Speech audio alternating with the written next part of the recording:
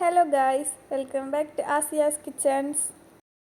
നമുക്കിന്നൊരു ഇഞ്ചിപ്പുളി ഉണ്ടാക്കാം. ഇഞ്ചി നന്നായി കൊത്തി അരിഞ്ഞെടുക്കുക. ഞാനിവിടെ 200 ഗ്രാം ഇഞ്ചിയാണ് എടുത്തിരിക്കുന്നത്.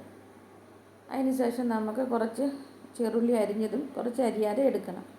പിന്നെ പച്ചമുളക്, ഒരു 3 പച്ചമുളകും, കുറച്ച് വെളുത്തുള്ളിയും, ശർക്കര, കായപ്പൊടി, പുളിയെ, മുളക് പൊടി. ഇനി മുളക് പൊടി നമ്മുടെ മിക്സിയുടെ ജാറിലോട്ട് ഇട്ട് കൊടുക്കാം.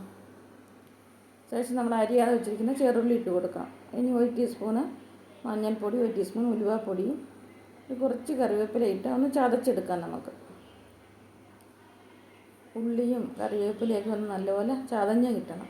ഇതേ പരുവത്തിലൊന്ന് ചതഞ്ഞ് കിട്ടണം. ഇനി നമുക്ക് പാൻ എടുത്ത് അടുപ്പിൽ വെച്ച ശേഷം നമുക്ക് വെളിച്ചെണ്ണ ഒഴിച്ച് കൊടുക്കാം. ശേഷം വെളുത്തുള്ളി, ഇഞ്ചി ഇട്ട് കൊടുക്കാം.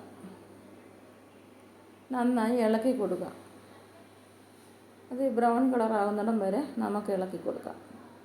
പിന്നീട് നമുക്ക് ചെറുള്ളി ഇട്ട് കൊടുത്ത് പച്ചമുളകും കറിവേപ്പില ഇട്ട് കൊടുക്കാം. നന്നായി മൂപ്പിച്ചെടുക്കാം. ഇനി നമ്മൾ ചതച്ചിരിക്കുന്ന മുളക് പൊടിയും ചെറുള്ളിയും എല്ലാം കൂടി ഇട്ട് കൊടുത്ത് പച്ചമണം മാറുന്നിടം വരെ ഒന്ന് ഇളക്കിയെടുക്കാം. ഇനി നമുക്ക് പുളിവെള്ളം ഒഴിച്ച് കൊടുക്കാം.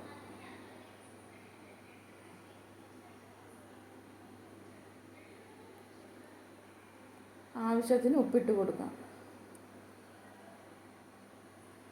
നല്ലപോലെ തിളച്ച് വറ്റി വരാറാകുമ്പോൾ നമുക്ക് 1 സ്പൂൺ കായപ്പൊടിയും ഇട്ട് കൊടുക്കണം. ഇനി ശർക്കര ഒഴിച്ച് കൊടുക്കാം. ഞാൻ ഒരു ചെറിയ ബൗളിന് 1 ബൗൾ ശർക്കരയാണ് എടുത്തത്. ഇപ്പം നമുക്ക് ഇഞ്ചിപ്പുളി ഇവിടെ റെഡിയായി. എല്ലാവരും ട്രൈ ചെയ്ത് നോക്കുക. ലൈക്ക് ചെയ്യണം, ഷെയർ ചെയ്യണം, സബ്സ്ക്രൈബ് ചെയ്യണം.